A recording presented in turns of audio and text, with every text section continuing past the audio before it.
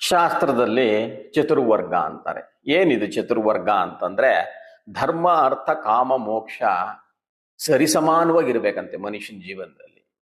ಇವಾಗ ಕೆಲವ್ರನ್ನೆಲ್ಲ ನಾವು ನೋಡ್ತೀವಿ, ಶತ ಸೋಂಬೇರಿಗಳು, ಏನು ಕೆಲಸ ಮಾಡಲ್ಲ, ಬರೀ ಬಿಟ್ಟಿ ಭಾಗ್ಯದಲ್ಲಿ ಬರೋ ಅನ್ನನ್ ತಗೊಂಡು, ಇಲ್ಲ ಅಪ್ಪ ಅಮ್ಮ ಸಂಪಾದಿಸಿರೋ ದುಡ್ಡನ್ನ ತಗೊಂಡು, ಇಲ್ಲ ನಾಲ್ಕಾರು ಜನಕ್ಕೆ ಮೋಸಗಳು ಮಾಡಿ, ಇಲ್ಲ ಕೆಲವರು ಕಳ್ತನ ಮಾಡಿ ಯಾವಾಗ್ಲೂ ಕಾಮದಲ್ಲೇ ಮುಳುಗಿರ್ತಾರೆ. ಕಾಮದಲ್ಲಿ ಅಂದ್ರೆ ಇಲ್ಲಿ ನಾವು ಏನ್ ಅರ್ಥ ಮಾಡ್ಕೋಬೇಕು, ಭೋಗ, ಎಂಜಾಯ್ಮೆಂಟ್.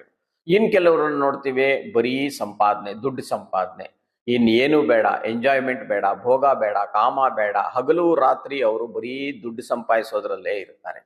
ಇನ್ ಕೆಲವ್ರನ್ನ ನೋಡ್ತೀವಿ ಬರೀ ಧರ್ಮದಲ್ಲಿ. ಇದು ಸ್ವಲ್ಪ ಕಷ್ಟ. ಈಗಿನ ಕಲಿಯುಗದಲ್ಲಿ ಬರೀ ಧರ್ಮದಲ್ಲೇ ಇದ್ದಾನೆ ಮನುಷ್ಯ ಅಂದ್ರೆ ಸ್ವಲ್ಪ ಯಾರಿಗಾದ್ರೂ ನಂಬೋದಕ್ಕೆ ಕಷ್ಟ ಆಗುತ್ತೆ. ಈಗ ತಗೊಂಬೋಣ ನಾವು ಈ ಪರಿಸ್ಥಿತಿಗೆ, ನಾವು ಧರ್ಮ ಅರ್ಥ ಸೇರ್ಕೊಂಡು ಇರುವಂತ ಮನುಷ್ಯರು ಅಂದ್ರೆ ಏನು, ಅವ್ರು ಯಾವುದೇ ಒಂದು ಕೆಲಸ ಮಾಡ್ಲಿ, ಯಾವುದೇ ಒಂದು ಪ್ರವಚನ ಮಾಡ್ಲಿ, ದೇವ್ರ ಹೆಸರು ಹೇಳ್ಕೊಂಡು, ದೇವ್ರ ಪೂಜೆ ಅಂತ ಹೇಳ್ಕೊಂಡು ಅದರಲ್ಲಿ ಬರೀ ದುಡ್ಡು ಮಾಡೋದು. ಅವ್ರು ಭೋಗ ಮಾಡಲ್ಲ, ಅಂದ್ರೆ ಎಂಜಾಯ್ ಮಾಡಲ್ಲ, ಬರೀ ದೇವ್ರ ಹೆಸರು ಹೇಳ್ಕೊಂಡು ಬರೀ ದುಡ್ಡು ಮಾಡ್ಕೊಂತ ಇರ್ತಾರೆ. ಇದೊಂದಷ್ಟು ಜನ ಇದ್ದಾರೆ.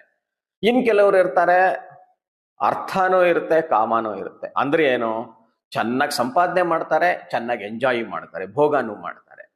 ಶಾಸ್ತ್ರ ಏನ್ ಹೇಳುತ್ತೆ ಅಂತಂದ್ರೆ, ನೀನು ಸಂಪಾದನೆನೂ ಮಾಡು, ಭೋಗನೂ ಮಾಡು, ಇವೆರಡು ಮಾಡೋವಾಗ ಧರ್ಮದ ಬಗ್ಗೆ ಗಮನ ಇಟ್ಕೋ.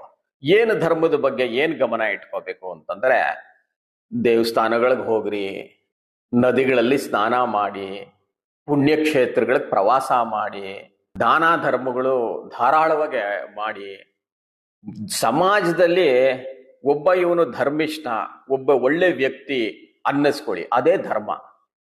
ಕಡೆಗೆ ಇವಾಗ ಮೋಕ್ಷ, ಇದು ನಾವು ಮೂರು ನಡೆಸ್ಕೊಂಡು ಬಂದ್ರೆ ಇದೇ ಮೋಕ್ಷದ್ದು ದಾರಿ ಆಗತ್ತೆ. ಯಾಕೆ ಅಂದ್ರೆ ಮನುಷ್ಯನ ಅಂತಿಮ ಗುರಿ ಏನು ಅಂದ್ರೆ ಮೋಕ್ಷ.